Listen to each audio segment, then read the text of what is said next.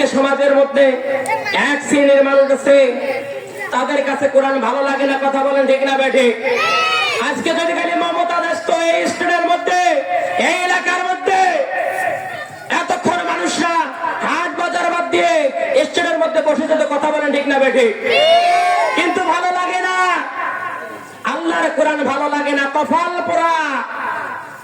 এই কোরআন এক শ্রেণীর মুসলমানরা কোরআন শুনলেই গা জ্বালা পোড়া করে, কোরআনের কথা শুনলেই মাথা ব্যথা। অথচ এই কোরআন কাফেররা পর্যন্ত শুনেছিল। কথা বলেন ঠিক না বেঠিক? এই কোরআনকে কাফেররা কতটুকু মহব্বত করেছিল আপনি কি জানেন? আমার ভাইয়েরা, আর লম্বা নয়, গভীর চোখ লাগান আমার ভাইয়েরা, একান্ত আপনজনেরা, এই কোরআনকে কতটুকু কাফেররা ভালোবেসেছিল। আমার বন্ধুগণ, নবীজির কাছে যখন কোরআন নাজিল হয়ে যেত, সমস্ত কাফেররা মসজিদে নববীর কাছে এসে কোরআনে কারীম শোনার জন্য সারা রাত তারা দাঁড়ে দাঁড়ে ছিল। জোরে বলেন সুবহানাল্লাহ। আমার ভাইয়েরা, কোরআন কি? এ কোরআন শোনার জন্য আবু জেহেল, আবু লাহাব, উতবা, শাইবা, ওলীদ ইবনে মুগীরা সারা রাত জেগে জেগে মসজিদে নববীর ভিতরে কর্নারে দাঁড়ায়া দাঁড়ায়া কোরআন শুনেছিল। জোরে বলেন সুবহানাল্লাহ। আমার ভাইয়েরা, এই আবু জেহেল, আবু লাহাব, উতবা, শাইবা এরা কোরআন শুনেছিল দাঁড়ায়া দাঁড়ায়া। ফজরের আযান যখন হয়ে যায়, ঠিক ফজরের পূর্ব মুহূর্ত সময় আগে উতবা দৌড় দেয়, শাইবা দৌড় দেয়, ওলীদ ইবনে মুগীরা দৌড় দেয়, আবু জেহেল দৌড় দেয়, আবু লাহাব দৌড় দেয়। কিন্তু কি মজার ইতিহাস, যখন তারা দৌড় দেয়, আবু জেহেল, আবু লাহাবের সাথে ধাক্কা, উতবা, শাইবার সঙ্গে ধাক্কা। আবু জেহেল বলে, নেতা আপনি কেন? উতবা বলে, শাইবা আপনি কেন? একে অপরে কাফেরকে বলে, নেতাকে মাফ করবেন, যখন কোরআন নাজিল হয়ে যায় বিছানার মধ্যে আর গা পিঠ লাগাইয়া থাকতে পারি না। জোরে বলেন সুবহানাল্লাহ। এইভাবে একদিন, 2 দিন, 3 দিন এইভাবে তারা কোরআন শুনেছিল। কিন্তু আমার ভাইয়েরা, আজকে আমরা মুসলমানের সন্তান হয়ে কোরআন শুনতে পারি না। কোরআনের কথা শুনলে জ্বালা পোড়া, বোঝা গেল এটা মুসলমান নয়, এটা মানুষ রূপী শয়তান। কথা বলেন ঠিক না বেঠিক?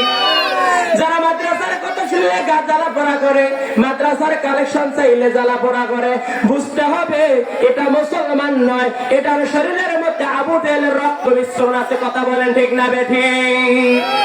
যদি মুসলমান হতো তাহলে অবশ্যই কোরআনকে ভালোবাসতো, যদি মুসলমান হতো তাহলে অবশ্যই আলেম ওলামারে দান দিত, যদি মুসলমান হতো মাদ্রাসার সন্তানদেরকে, তালবে ইলমদেরকে কলিজার চেয়েও কলিজা মহব্বত করতো। কথা বলেন ঠিক না বেঠিক? আমার ভাইয়েরা, কোরআন শুনলে লাভ কি? এই যে আমরা এখানে বসে গিয়েছি, তাফসীর গ্রন্থকার বলেন, জামাক শাফি রহমাতুল্লাহ আলাইহি উনি ওনার কিতাবের মধ্যে লেখেন যে কোরআনে কারীম ওই লোকটি শুনতে যায়, ওই লোকটি তালিমের মজলিসে বসতে পারে, আল্লাহ পাক সেই দিন একবার নয়, 2 বার নয়, 70 বার যার দিকে আল্লাহর নেক সুরতে আল্লাহ পাক আল্লাহর কুদরতি চোখ দ্বারা যার দিকে সকাল থেকে নিয়ে সন্ধ্যা পর্যন্ত একবার নয়, 2 বার নয়, 70 বার নূরের চোখ দিয়ে তাকাইছে। তাফসীর গ্রন্থকার বলেন সেই ব্যক্তিটাই কোরআনের মাজলিসে বসতে পারবে। জোরে বলেন সুবহানাল্লাহ। আমার ভাইয়েরা, এই মাজলিসে বসতে পারলে লাভ কি? আমার রাসূল বলেন, তিরমিজি শরীফের হাদিস, এই মাজলিসে বসার সঙ্গে সঙ্গে আমার আল্লাহ জীবনের সমস্ত গুনাহ মাফ করে দেন। জোরে বলেন সুবহানাল্লাহ। আমার ভাইয়েরা, আমরা যারা এখানে বসতে পেরেছি, আমাদের এই সময়ের ভিতরে, এই মুহূর্তে আমাদের কারো গুনাহ নাই, আমরা বেগানা মাসুম। জোরে বলেন সুবহানাল্লাহ। আমার ভাইয়েরা, এটাকে বোঝানোর জন্য একটি উদাহরণ দিচ্ছি। আপনাদের এলাকার মধ্যে কি পুকুর নাই? আরে কথা কয় না কেন, পাগার পাগার। এই ডিগিতে বিশাল বড় একটা ডিগি। আচ্ছা বলেন, এই সময় কি শেখা সম্ভব সেউতি দ্বারা? না, এটা সম্ভব না। এটা কি দিয়ে শেখতে হয়? মেশিন দিয়ে, যেটা স্টার্ট দেয় মেশিন, মার্ডার। এই মার্ডার দিয়ে থাকার পরে যখন মালিক, যখন ডিগিওয়ালা যখন মাছ মারে, আচ্ছা বলেন, মাছ যখন মারে ওই সময় কি এলাকার সন্তানগুলো, ছোট ছোট যুবকগুলো, তারা কি মাছ মারতে নামে না? অবশ্যই নামে। ডিগিওয়ালা তখন কি করে? ডিগি যখন শেখা হয়, ডিগিওয়ালা যখন মাছ মারে, মাছ মারার পরে ওই সময় ছেলে পেলে গুলো নামে। নামার পরে ডিগিওয়ালা তখন কি করে? কাদো দিয়ে ঢেল দেয়। এমনও সন্তান আছে পেলডি আবার নামে, আছে না নাই? এমনও সন্তান আছে ডিগির চতুর্পাশে দিয়ে ঘোরে, ঠিক না বেটি? এবার ডিগিওয়ালা যখন মাছ মারলো, মাছ মারা যখন শেষ হওয়ার পরে সন্তানগুলো যখন আবার ডিগির মধ্যে নেমে যায়, নামানোর পরে কাদোগুলো ঘটলা ঘুটলি করে, চিরনীয় বিধান চালানোর পরে কাদার নিচের মধ্যে যে মাছগুলো আছে এগুলো পর্যন্ত তারা ধরে। ধরার পরে এমনও সন্তান আছে, একজন সন্তান আর একজন কাকে কি দেয়? মই দেয়, আছে না নাই? ওই সময় রোদের সময় ওই সন্তান মাছ মারার পরে শুধুমাত্র চোখ দুগনে বাদ দিয়া সারা গায়ে কাদো, আর গা যখন শুকে যায় ওই সন্তান খুদের মতন দেখা যায়। কথা বলেন ঠিক না বেঠিক? খুদের মতো দেখা যায়, সাদা ফকফকা, ঠিক না বেঠিক? এবারে যখন সারাদিন যখন মাছ মারল, মগ ভর্তি বদনা ভর্তি মাছ মারল, মারার পরে ওই সন্তান যদি সন্ধ্যাবেলায় যদি মাছের বদনা ধরে, মগ ভর্তি মাছ ধরে বাড়িতে প্রবেশ করে, করার পর যদি বলে, মা ও মা, এ নেন আপনি মাছের বদনা, আমি যাইতেছি ল্যাপের বিছানা। এ সিলমারির মায়েরা গভীর কান লাগাও, এমন কোন মা কি তোমার এই সিলমারির সবুজ পাড়ার মধ্যে আছে? ওই সময় জনম দুঃখিনী মা মাছের বদনা হাতে লইয়া, মাছের বদনা হাতে নিয়া সন্তানকে ল্যাপের বিছানা যাইতে দিবে? কথা বলেন না কেন? আপনারা কি কবরত আছেন? মারা গেছেন, কবরের মানুষ তো কথা বলে না। এই জবান দিছে কে? ইচ্ছা করলে জবান কারি নিতে পারে কে? আল্লাহ ইচ্ছা করলে জবান কারি নেবে, সারা জীবনকার জন্য বোবা হবে, করা লাগবে। আজকে জবান আছে, জবানের মূল্য বোঝো না মিয়া। হাত আছে, হাতের মূল্য বোঝো না। দাঁত আছে, দাঁতের মূল্য বোঝো না।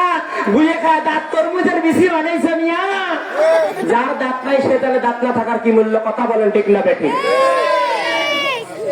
আমার ভাইয়েরা, এই এলাকার মধ্যে এমন কোন মা নাই মাছের বদনা নিয়া কাদো মাখা শরীর ধরে এই ল্যাপের বিছানায় যাইতে দিবে, বরং মা যাবার দিয়ে সন্তানকে ধরবে। এমন সন্তান আছে ধরা দিতে চায় না, ঘরের চতুর্পাক দিয়ে ঘুরে। কথা বলেন ঠিক না বেঠিক? জনম দুঃখিনী মা সন্তানকে এক পর্যায়ে দাবারে দিয়ে ধরে, ধরার পরে নিজের হাতে গোসল করাইয়া জনম দুঃখিনী মা গাটা মোছায়া দিয়া, জনম দুঃখিনী মা খাটি সরিষার তেল লাগাই দিয়া, জনম দুঃখিনী মা বলে, বেটা এখন তুমি ল্যাপের বিছানা যাও, আর আমি মায়ের আপত্তি নাই। কথা বলেন ঠিক না বেঠিক?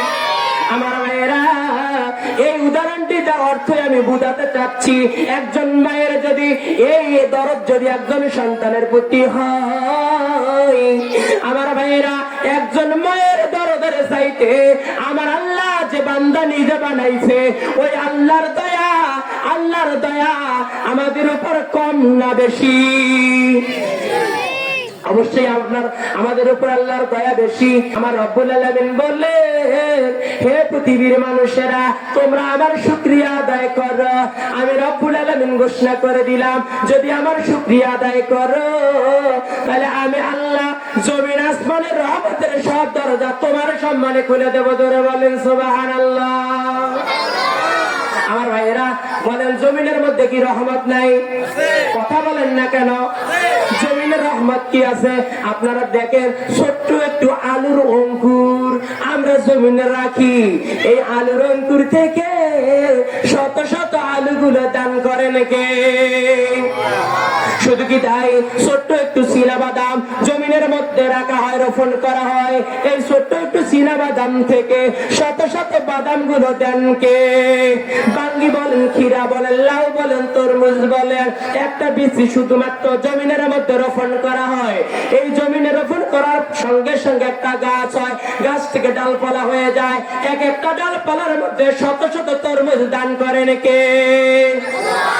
আল্লাহ পাক বলেন লা ইন শাকারতুম লা আযিদান্নাকুম ওয়া লা ইন কাফারতুম ইন্না আযাবি লাশাদীদ। আল্লাহ বলে বান্দারে আমার নিয়ামতের শুকরিয়া আদায় করো, আমি রব্বুল আলামিন আরো নিয়ামতগুলো বাড়িয়ে দেব। জোরে বলেন সুবহানাল্লাহ।